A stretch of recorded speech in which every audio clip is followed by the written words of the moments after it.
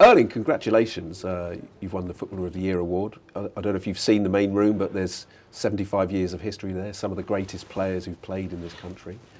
How do you feel? Well, of course, I feel good.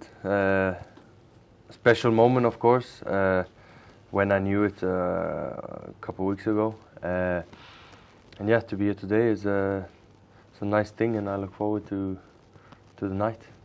Only one or two players before have won it in their first season here. Has this season gone, has it exceeded your expectations? No, I didn't expect to be that good, but I expected to be good, of course, to come in a team, to a team that's been scoring many goals, winning the Premier League a lot of times, and 2 years in a row, now 3. So I expected to do good things, but to do this I didn't quite expect, and yeah, it's been a fantastic season so far, and yeah, I'm happy. Obviously you were born over here in Yorkshire. How do you feel you settled in Manchester? No, good. I like it.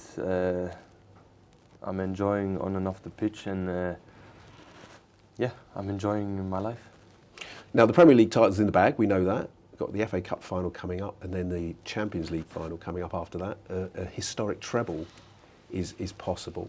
Have the players started to talk about it yet?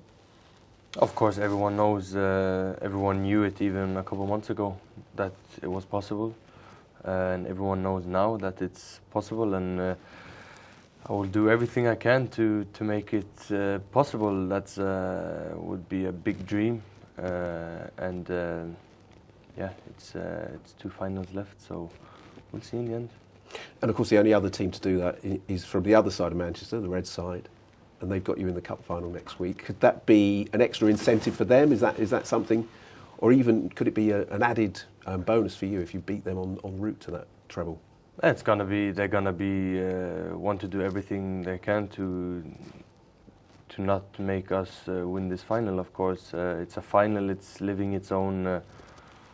It's in his own thing, and we have to play at our best to have a chance there. I mean, that semi-final of the Champions League against Real Madrid, I think particularly the first half, people were talking about it. Some of us who were there were lucky enough to see it as almost perfection on a football pitch. Does that give you that sort of sense of invincibility when you go out, when you can play like that? Good question. The first half is when I saw it again. It's one of the few games I've been watching again, and I think it's the best first half I've ever seen ever in my life of a football team. And no, you don't feel like this, but you have the confidence when, if we are struggling a bit, I look around myself and I see all the good players, all my teammates, and then you just get the confidence directly back, and yeah, I mean, it's 2 finals left, and we still have to stay focused. Even though we won the Premier League, but we still have to stay focused to achieve what we can achieve in the next 2 finals. I mean, you'll go into that final as hot favourites against Inter, but does that make it a little bit more dangerous from their point of view, that they'll be underdogs, and you probably have to guard against being not complacent perhaps, but just being such hot favourites? No, but we cannot think of this. It's a good thing being favourites as well, because that means we have qualities. So we have to attack the game in our way, and we have to try to play our football. That's what we have to try to do, and in the end we'll see who wins it. And just tell us a few words about Pep, because obviously this is his 5th Premier League title in 6 years. Is he the best coach in the world? Yeah, for sure he is. When you just said that, 5th Premier League in 6 years is unreal, and yeah, he makes things look so easy, you know, on the training ground and in the games. It's crazy what he's doing. He makes us do, and how good we can play. You know, it's a big honor for me to work with him and have him as my coach. It's a pleasure. And when you were in that title run-in, when Arsenal were 8 points ahead at one point, what was his message to you? Just keep going, win your games, don't worry about what they're doing? Yeah, it was really just about. Sorry.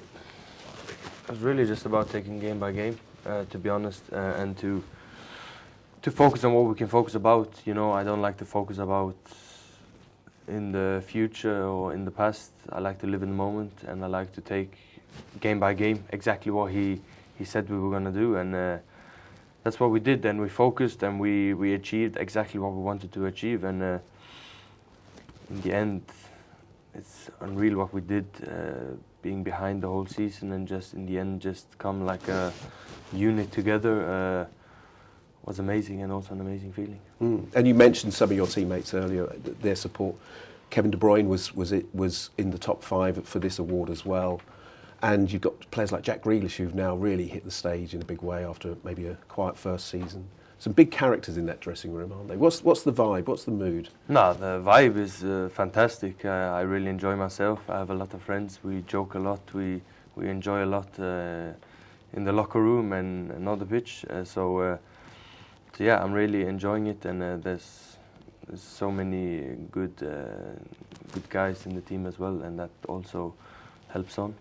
And just finally, from me, what's next for Erling Haaland? Is it more records, more trophies? What are your ambitions? Yeah, as I said, it's 2 more finals, and I will do everything I can to achieve good things in these finals, and yeah, in the end, hopefully win both.